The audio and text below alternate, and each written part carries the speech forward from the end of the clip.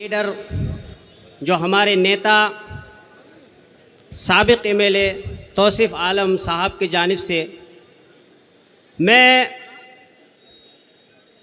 पूरी उम्मीद के साथ और इस मंच से आपको ये आगाह कर देना चाहता हूँ, आपको ये मुत्तला कर देना चाहता हूँ कि बैरिस्टर असदुद्दीन ओवैसी साहब ने जो फ़ैसला लिया है, हमारे बिहार सदर अख्तरुल ईमान साहब ने जो फ़ैसला लिया है, ये बहुत ही काबिले गौर है कि आपको एक ऐसा नेता दिया है जिन्होंने एक इतिहास रचा चुके हैं। आप लोग बड़े मेहरबानी करके जो निर्दलीय से जीतकर इस बहादुरगंज की सरजमीन पर एक इतिहास रचाया हुआ है।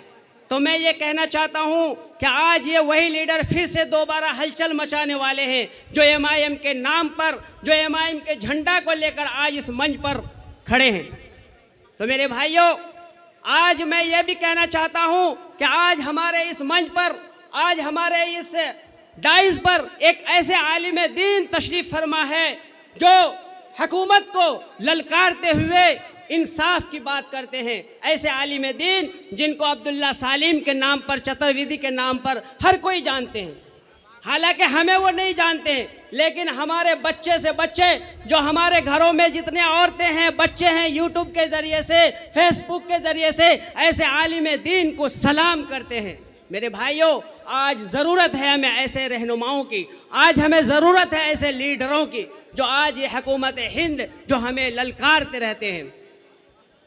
तो मैं इसी के साथ में कहना चाहूँगा कि आज बहुत सारे हमारे साथी जो गुस्से में हैं, नाराज़ में हैं, मैं उनसे भी कहना चाहूँगा कि चलो अब ऐसा करते हैं, सितारे बांट लेते हैं। चलो अब ऐसा करते हैं, हम सितारे बांट लेते हैं, ज़रूरत के मुताबिक सहारे बांट लेते हैं। मोहब्बत करने वालों की तिजारत ही अनोखी होती है, मुनाफा छोड़ देते हैं, खसारे बांट लेते हैं।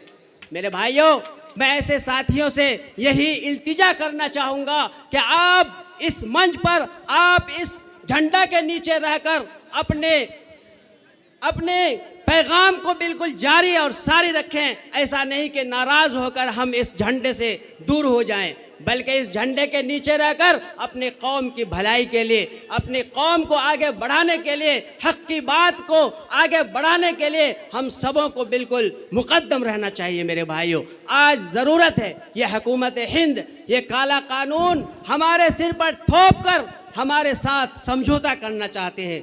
मेरे भाइयों, मैं ये कह देना चाहूँगा कि जिस तरह शरीयत ने हमें हुक्म दिया है कि अपने देश की वफादारी करने के लिए चाहे तुम्हें जान देनी पड़ जाए तो जान देने के लिए हम तैयार हैं, खून देने के लिए हम तैयार हैं, अपने जान माल सारी चीज़ों को लुटाने के लिए तैयार हैं। लेकिन हुकूमत हिंद ये कान खोल कर सुन लो, अगर तुम हमारे साथ समझौता करना चाहते हो, अगर एक मिसवाक के साथ भी समझौता करना चाहते हो तो ये नाकाबिले बर्दाश्त है।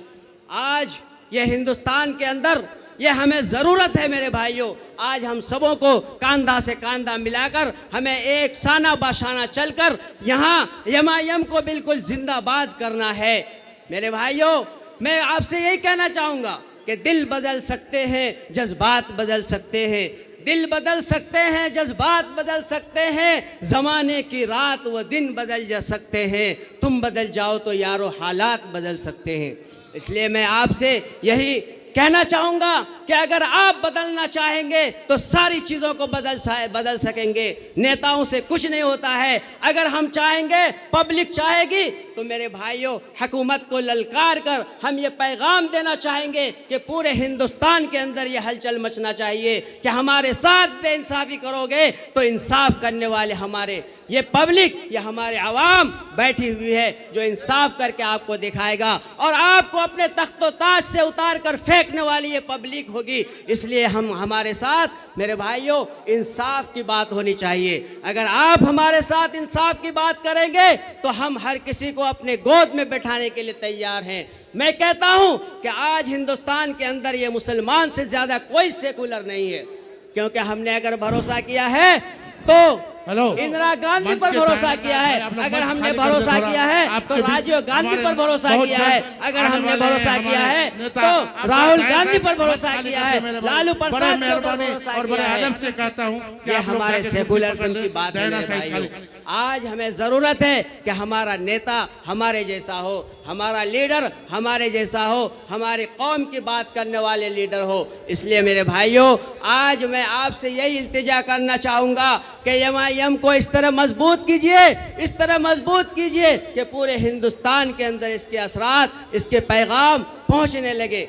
इसी के साथ मैं आपसे ये गुजारिश करूँगा कि आप सभी कोई अपने इरादे को मजबूत करते हुए हमारे लीडर हमारे तौसीफ आलम साहब को कामयाब करके फिर से एक इतिहास रचाने का काम कीजिए। आखिर दावान अल्हम्दुलिल्लाह रब्बिल आलमीन। हेलो भाई, जो भी मंच में है दाएं बाएं साइड